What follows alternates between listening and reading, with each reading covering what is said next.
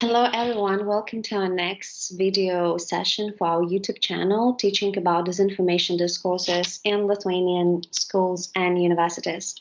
And this video today is devoted to giving you some guidelines about how to prepare your video presentation on the project you've been working with your colleagues. So let me start. And I will share my screen with you so that you can exactly see what you have to do, and I hope this will help you to prepare your video presentation in the best way. Okay, so today we're discussing the project video and what is this about. And remember, you will present your project results in the video that we will upload in our YouTube channel that will be watched by other colleagues, other students in schools and universities. And so first of all, let's define what is a project video.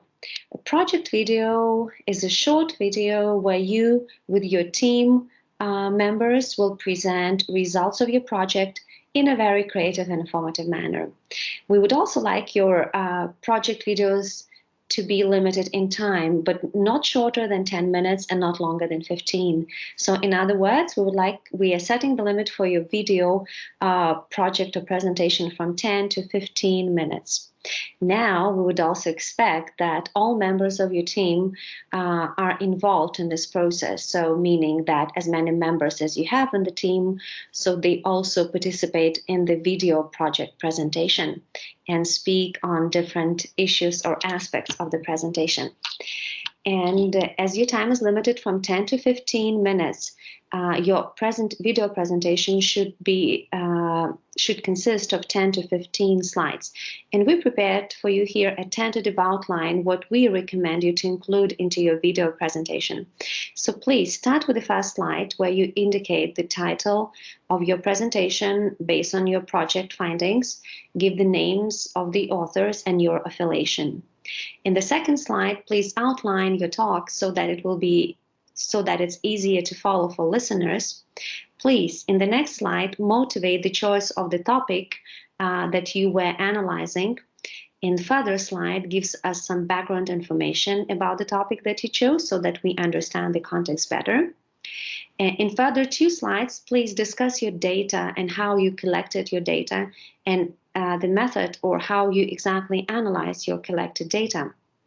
And then we come to the most interesting part of your presentation, which is discussing the results of your project and giving examples and commenting on them. 3 to 5 slides recommended for that. And finally, in the last slide of your presentation, please reflect on this project activity. Now, I would like you to illustrate each of the parts of the presentation with an example. So let's imagine if I were a part of the team, and this is what our title presentation slide would look like. I would say, good day, everyone. So today we are discussing, or our project is entitled Conspiracy Narrative on Twitter, the case of Marvin Hagler. And my name is this and that, and I'm here to represent Vilnius Engineering Lyceum, and I'm a student from the 9th grade.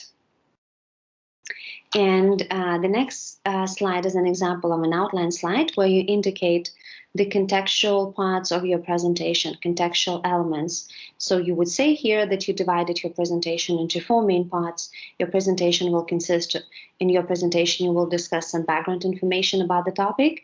Then you will talk about the data that you collected and describe the method that you used.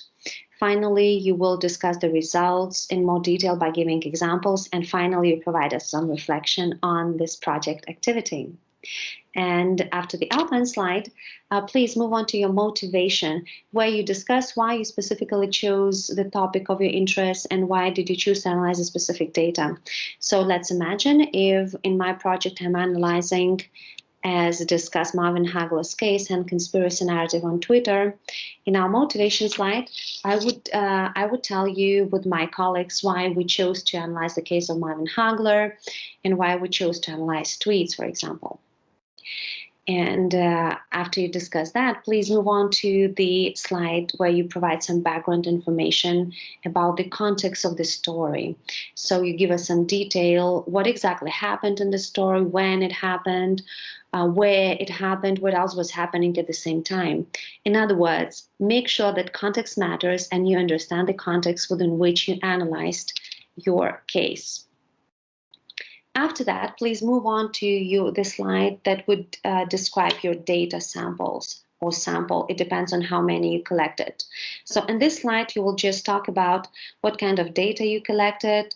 For example, you would say that you collected 10 tweets from Twitter account, and you can indicate the number of characters or the number of images if this tweets contained any. Or you can also, if you collected 2 samples, you also discuss another sample.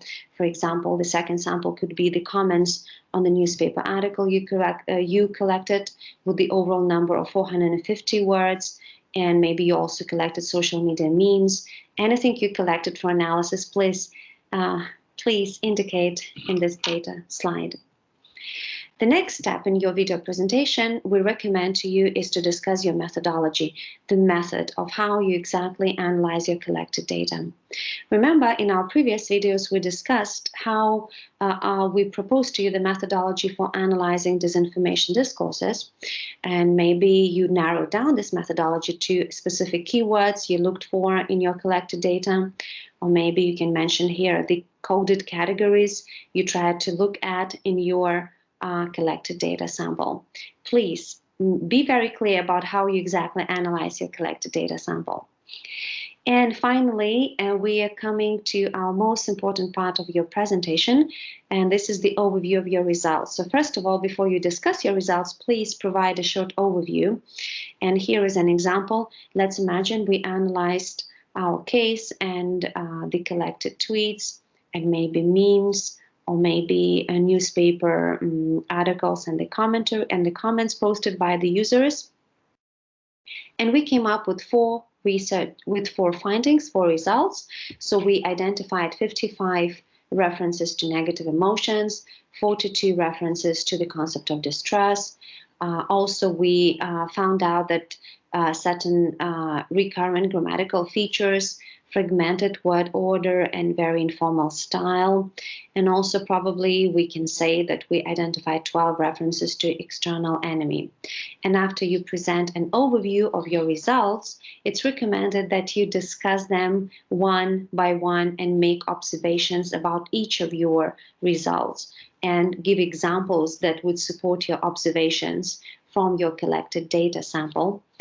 And finally, at the end of your presentation, please make sure that you reflect on the project activities. And we would like you to focus on 3 main questions. Question number 1, please make sure that you tell us what you have learned from this project. Also, we would like you to tell us how this knowledge can be applied in the future. And finally, we also would like you to reflect on how this project improved your English skills. I hope this was useful, and in the future, while preparing for the video project presentation, this video will be of help to you, and we are looking forward to getting your video project presentation and upload them on our YouTube channel so that students from other schools and universities in Lithuania could watch them and maybe comment and get inspired by them. Good luck preparing your video presentations, and see you next time in our next video update.